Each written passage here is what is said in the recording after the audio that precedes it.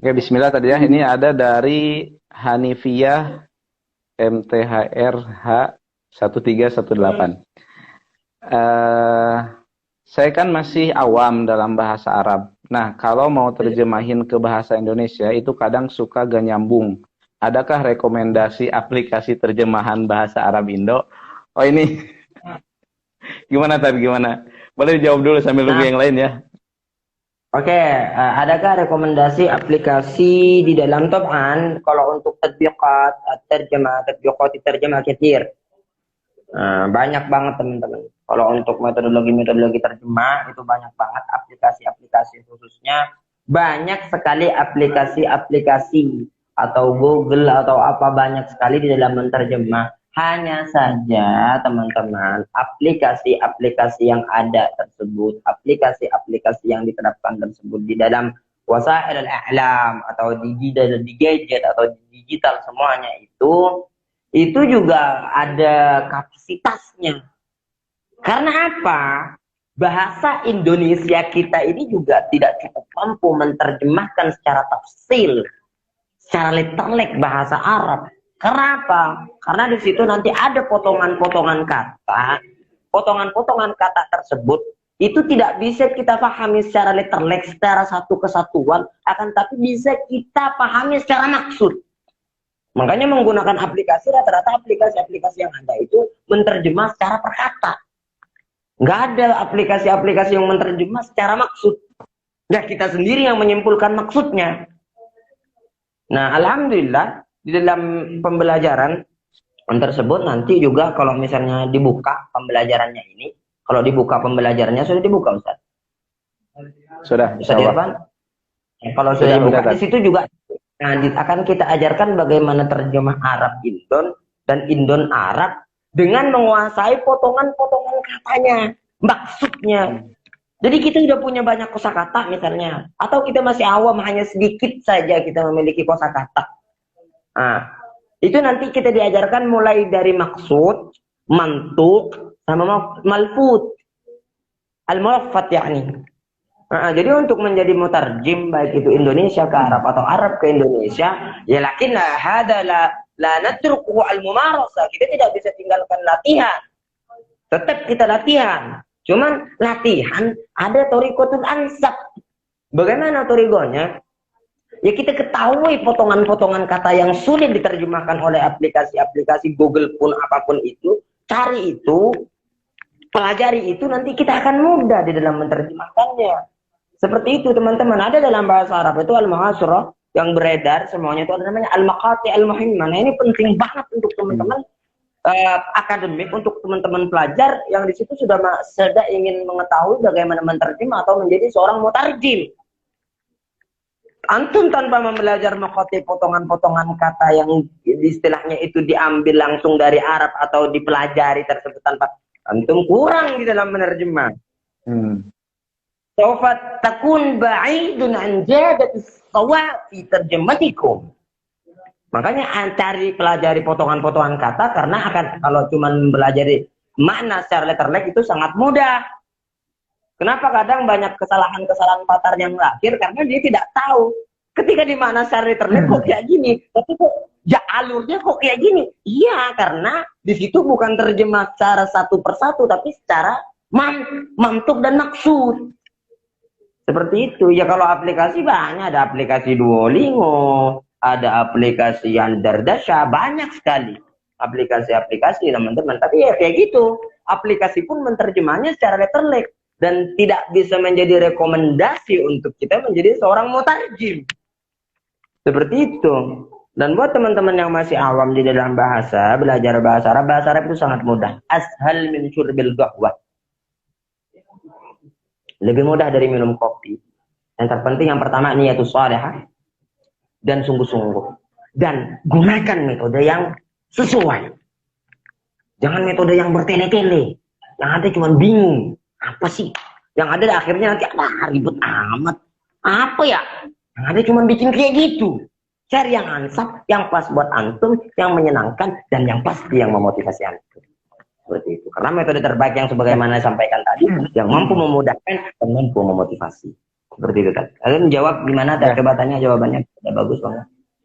Ya, oke, baik. Ustaz dulu, terima kasih. Ini ada dari Agung Daulay. Katanya bagaimana cara menghilangkan gugup ketika mau berbicara bahasa Arab?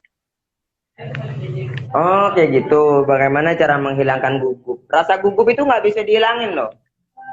Rasa gugup, Dikurangi mungkin nervous, ya. grogi, takut, cinta, rindu, kangen, semuanya itu tidak bisa dihilangin. Terus gimana kan anak gugup, nervous, grogi segala macam kan? Blok rasa gugup antum, blok nervous antum, blok rasa takut antum. Apalagi di dalam mempelajari bahasa, antum harus berani di situ. Li'anna syaja'ah, berani itu adalah mahir. Mahir adalah berani, berani adalah mahir, mahir adalah berani. Keduanya ini antum dikatakan bisa ketika antum berani. Antum berani berarti antum bisa. Antum bisa, antum bisa. Seperti itu teman-teman ya. Jadi harus diblok. Aktir fil mumarasat. Nah, ya Ustaz. Oke. Baik, Dan. Ini saya sambil milih ya, karena banyak. Ini dari mufrodat, bentar tadi ya. Oh, ini ada dari Abdul Hidris, katanya. Bagaimana metode cepat menghafal mufrodat, katanya. Metode cepat menghafal mufrodat jangan dihafal. Ya, mufrodat. Berarti kayak tadi ya, langsung dipraktikkan, dibikin kalimat, langsung dibicarakan. Metode cepat di dalam menghafal mufrodat jangan dihafal, tapi dibaca berulang-ulang dan praktikkan. Itu cepat dan lebih memberikan impact, indikasi. Seperti itu. 6. Baik. Ada dari Arga. Sebentar tadi. Saya coba baca lagi ya.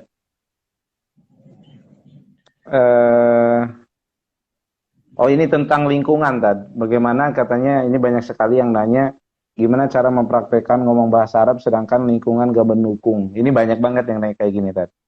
Jadi kayak gak ada lawan bicara, kemudian mungkin lingkungannya juga, apalagi gak di pondok misalnya. Iya.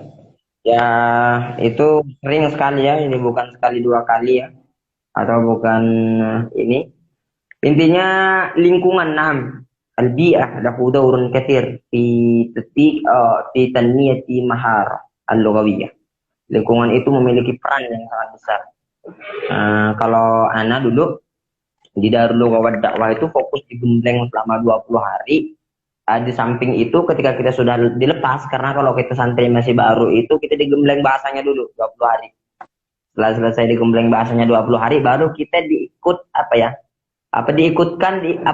bercampur baur dengan santri lama untuk mempraktekkan bahasa segala macam. Tapi binisbati ilayya, tapi bagi ana, karena ana orang bukan tipikal ini ya. Tipikal orang yang menggantungkan diri ana kepada lingkungan. Jadi mau di dalam lingkungan atau tidak di dalam lingkungan tersebut, nggak bisa dan nggak bisanya kita itu bergantung kepada diri kita. Bagaimana? Kita udah belajar bahasa Arab nih, tapi kita belajarnya daring, online, di rumah ibu nggak bisa bahasa Arab, bapak jagonya bahasa Jepang doang. Ini cuman ini. Gimana caranya mempraktekkan bahasa Arab? Praktekkan dengan diri antum. Praktekkan dengan diri antum. Kalau dulu caranya ana dalam mempraktekkan bahasa Arab itu nih sekalian bagi pengalaman dan menjadi bukti juga di depan antum. Ana menghafal muhadharah bahasa Arab, habis itu ana teriak-teriak di kamar mandi. Entah itu benar apa enggak ya, boleh apa enggak. Tapi untuk meningkatkan, karena dulu ana udah mulai mempraktekkan di lingkungan untuk teman-teman yang sudah jago. Tapi yang ada ana malah dibikin down gitu. Kulumnya katanya itu terus katanya. Anda sampai down gitu kan. Bukan anak dimotivasi, tapi akhirnya anak tidak menggantungkan diri anak kepada lingkungan. Intinya anak jadikan anak aja al-nafsi wadati hadid bi'atan lil lughal arabiyyati anak. Anak jadikan lingkungan buat bahasa Arab anak lingkungan bahasa anak untuk diri anak sendiri. Seperti itu. Jadi qabla an taj'al bi'ah, ij'al nafsak wadatak bi'atan lil lughal arabiyyah. Sebelum antum membentuk sebuah bi'ah, jadikan antum dulu sebagai lingkungan. Seperti itu. Ibda' min nafsik. Baik, Ustadz, ini ada katanya Ustadz gimana cara latihan istima. Terus katanya Ustadz Ulum berapa lama katanya belajar bahasa Arab sampai bisa bicara selancar ini gitu. Apa? Siapa anak? Ya, itu yang pertama itu bagaimana cara melatih istima. Kemudian Hmm. Ustadz Ulum itu belajar bahasa Arab itu butuh berapa lama katanya sampai bisa lancar seperti ini. Oh iya iya iya. Nah, barakallahu fi ala soal jamil ya. Bagus banget ini. Ana nunggu pertanyaan ini dari tadi. Nah, gini teman-teman. Untuk cara melatih istima ini di luar pelajaran di kelas misalnya, ambil dari sesuatu yang paling kita suka. Misal kita suka nonton, ya udah tonton film atau apapun itu yang berbahasa Arab. Ngerti atau nggak ngerti?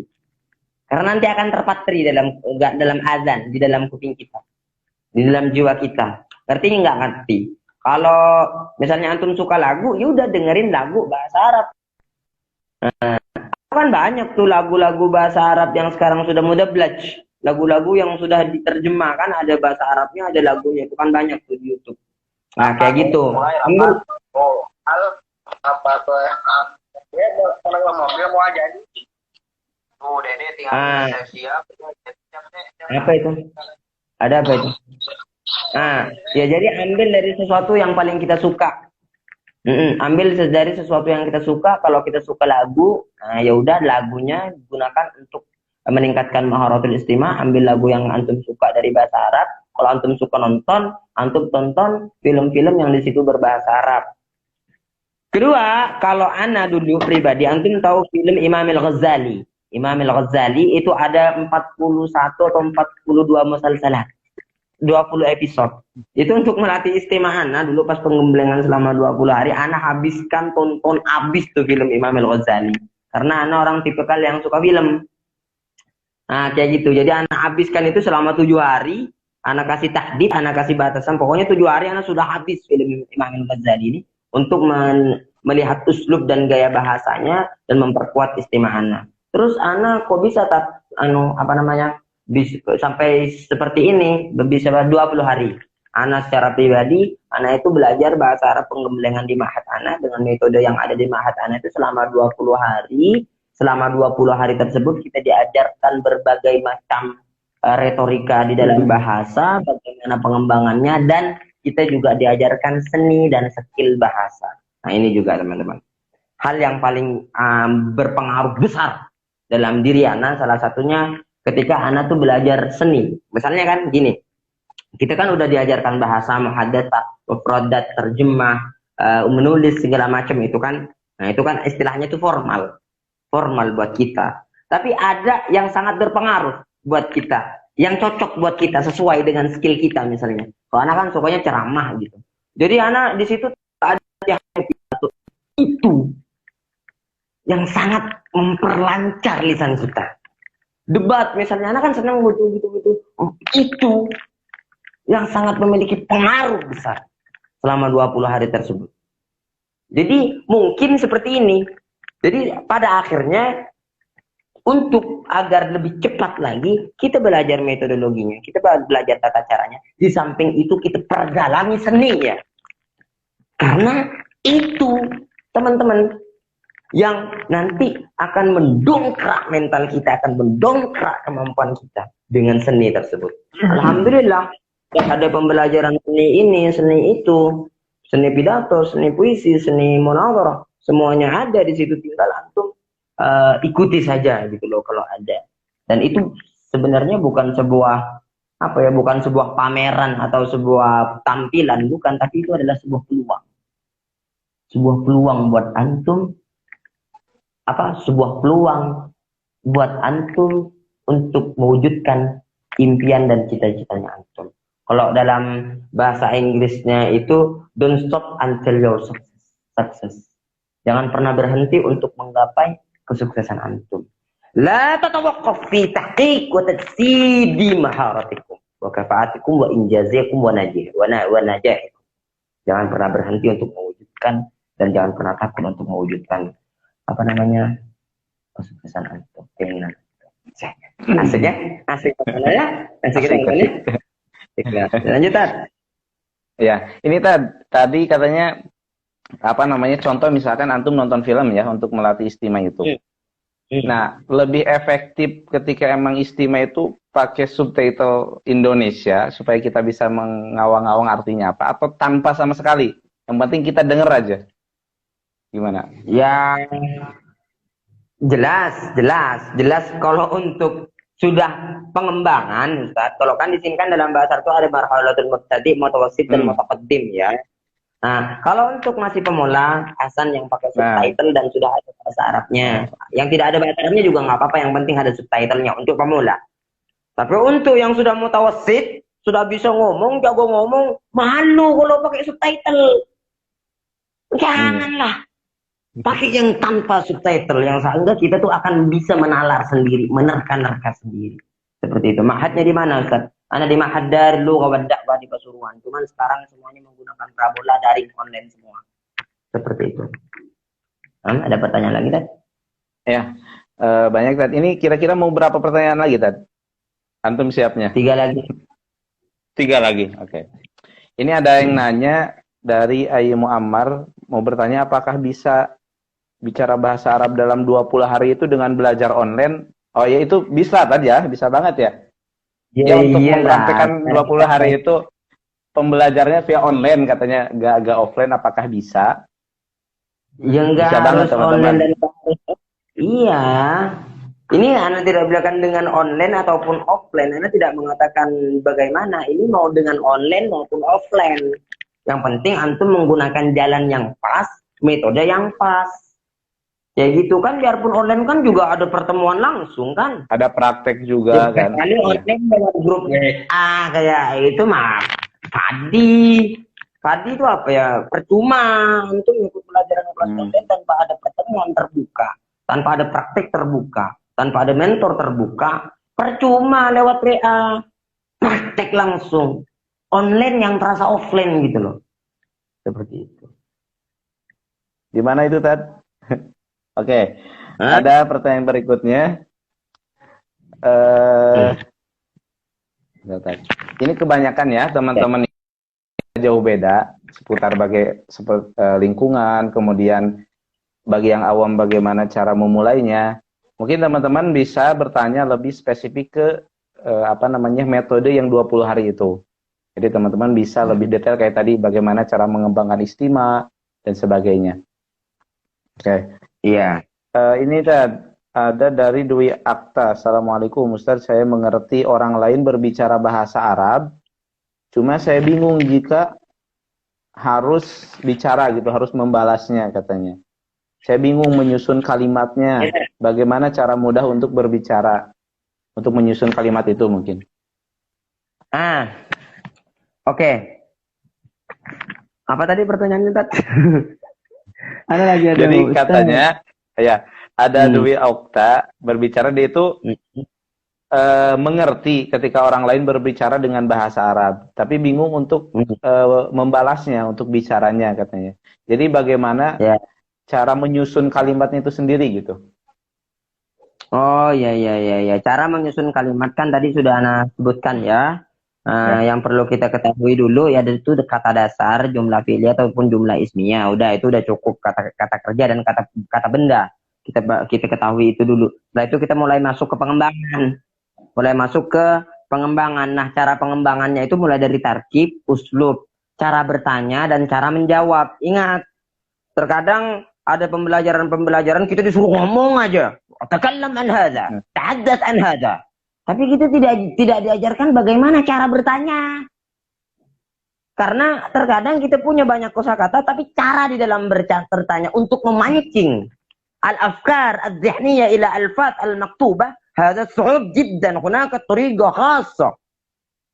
Gitu loh teman-teman. Untuk memancing pertanyaan-pertanyaan dalam diri kita, ya kita harus tahu retorika bertanyanya dan tahu retorika menjawabnya. Nah, nanti di pembelajaran yang selama 20 hari yang diadakan oleh GPB Al-Quran tersebut, semuanya akan dibahas secara tuntas. Bagaimana cara bertanya, bagaimana cara menjawab. Karena ya, kita memang kadang dulu kita, belajar. Bentar. Lah Tat, Anda tutup pintu soalnya kucing biasanya masuk Tat. Ya. Boleh Tat.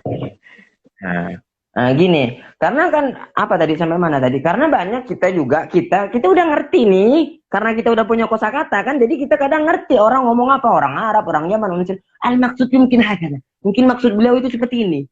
Tapi anak mau ngomong, terus cara anak mengerot, cara anak menuju kaifa nahnu nujib, kaifa nahnu nukarrir, yakni al-as'ilah tikrar, bagaimana kita ingin selalu menyerang dia dengan pertanyaan-pertanyaan bahasa Arab biar asik. Itu ada metodenya.